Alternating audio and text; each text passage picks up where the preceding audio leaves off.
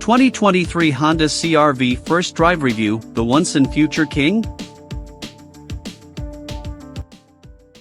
But before we start, please support us by pressing like and subscribe buttons. Also turn on the bell notification to get the latest updates. Your support means a lot to us. Thank you.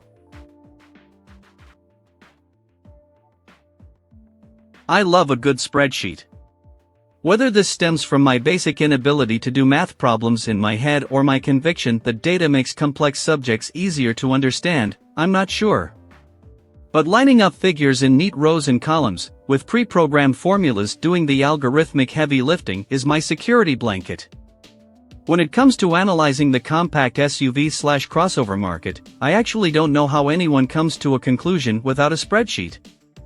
Not only is this vehicle segment stacked with competitors, very often the best-selling or best-executed vehicles in a brand's portfolio, the differences between a car like the 2023 Honda CR-V and its rivals require a bit of math to augment one's in-person experience. It's relatively easy to say which vehicle in a cohort is the most fun to drive. What's difficult is to extrapolate which might be the most useful for the diverse needs of buyers in this space. In a typical car review, we tend to leave the dry bits, like how much the thing costs, for the very end. But that left brain stuff seems more pertinent in a CR-V analysis than it would for a first drive of, say, the upcoming Civic Type R. Honda has essentially cut to the chase with its pricing strategy for this 2023 model. The front-wheel drive CR-V EX comes in at $32,355, that's a $31,110 MSRP plus a $1,245 destination charge, a price that falls in the low middle of the spectrum for competitors at Toyota, Nissan, Hyundai, Kia, VW, etc. Between supply chain issues and skyrocketing average transaction prices, Honda presumably no longer sees the business case for a bottom-tier trim, aka stripper models in the $27,000 to $28,000 arena, in the CR-V line. The effects of that strategy on overall unit volumes sold, and resulting residual prices, will be fun to watch over the next decade, but for now your $32,000 investment nets a pretty wonderful Swiss Army knife of a daily driver. The CR-V EX comes with Honda's turbocharged 1.5-liter four-cylinder under the hood, an invisible in action continuously variable transmission, and things like 18-inch wheels, heated seats, and Apple CarPlay/Android Auto that will make a driver feel like they're getting a good value for their hard-earned dollar. The model that I tested for a week was the EXL with all-wheel drive, which is likely to account for a hefty volume of all sales, but isn't, as I'll try to outline in a bit, the best overall CR-V value. The second most expensive trim at $36,505 all-in, the EXL AWD offers all-wheel confidence for drivers in snowbelt states, and quality-of-life upgrades like leather seating, a bigger touchscreen display, 9.0 inches versus 7.0 inches, wireless phone charging, and an 8-speaker sound system, which, frankly, still isn't anything to write home about if you're an audiophile. The EXL shares the same 1.5T and CVT powertrain and cedes a little bit of fuel economy to its blood rival, the Toyota RAV4.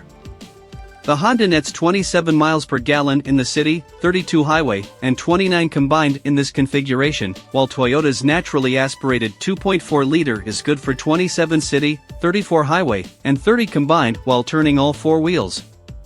A small difference, but a big point for comparative shoppers and relative brand pride. However those numbers look on my spreadsheet, they can't capture just how much better the on-road experience is in the Honda versus nearly all of its competitive set. In weeks leading up to and just following my CR-V test, I was able to get seat time in the aforementioned RAV4, Kia's new Sportage hybrid, a Mitsubishi Outlander PHEV that I can't even talk about yet, and the Volkswagen Tiguan. And, of course, I've had seat time in competitors from Chevy, Ford, Subaru, Nissan, et al. As well. Here's the long and short of it, with the exception of the Kia Sportage Hybrid, the CR-V is the easy choice from a driving perspective. Every brand's compact CUV has some kind of competitive IP, a bit more space, more power, slightly better NVH, etc., but as an all-around proposition, Honda really has this nailed. The 1.5T offers up 190 horsepower and 179 pound-feet of torque, not enough to make the CR-V feel anything like quick, but better than adequate for the needs of small crossover drivers. More importantly, the power delivery is smooth, with very linear throttle response, and very few hijinks from the CVT transmission.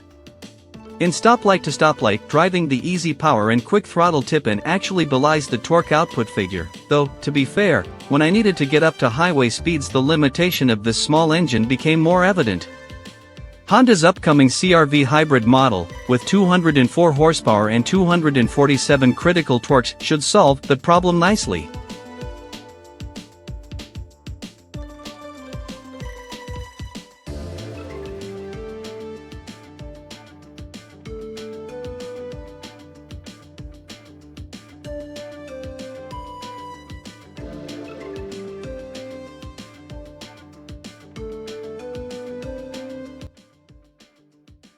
Thanks for watching. Drop a like, leave a comment, and don't forget to subscribe to watch more videos like this.